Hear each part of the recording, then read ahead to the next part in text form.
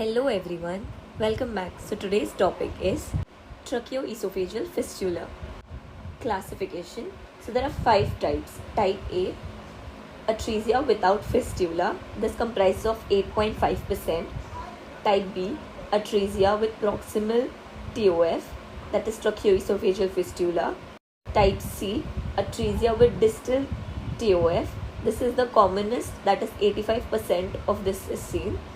Type D, atresia with both proximal and distal TOF.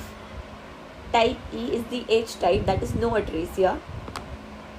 It may be associated with Vactor anomalies, that is V is for vertebral defects, A for anal atresia, C for cardiac defects like PDA or VSD. T and E are for tracheoesophageal fistula, and R stands for radial hypoplasia and renal agenesis. Moving on to the clinical features. So clinical features, it is more common in males, that is 3:1 ratio is seen, and it can be recognized within 24 hours of birth. So newborn baby regurgitates, all feeds, and there is continuous pouring of saliva from the mouth. This is a diagnostic feature. Also cough and cyanosis are seen. It is commonly associated with maternal hydroamnios. Let's start with the investigations. So in investigation, basically while passing the nasogastric tube, the obstruction is revealed. Contrast study reveals a fistula and obstruction.